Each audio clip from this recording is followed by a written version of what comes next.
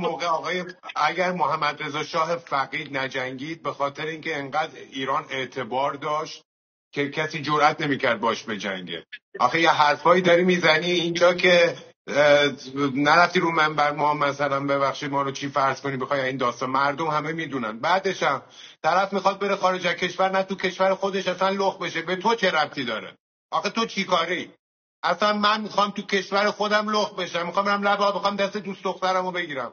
من توی آمریکا زندگی میکنم، به هیچ خدایی هم باور ندارم. توی زندگیم تا حالا الکل نخوردم، نه شراب خوردم نه آبجو، و زندگی خودمه، رفیقام همه میرن میخورم. به من چه ربطی داره؟ آخه به تو چه؟ مگه خواستن تو رو لخت کنن؟ آخه چقدر تو مغزت پوچه؟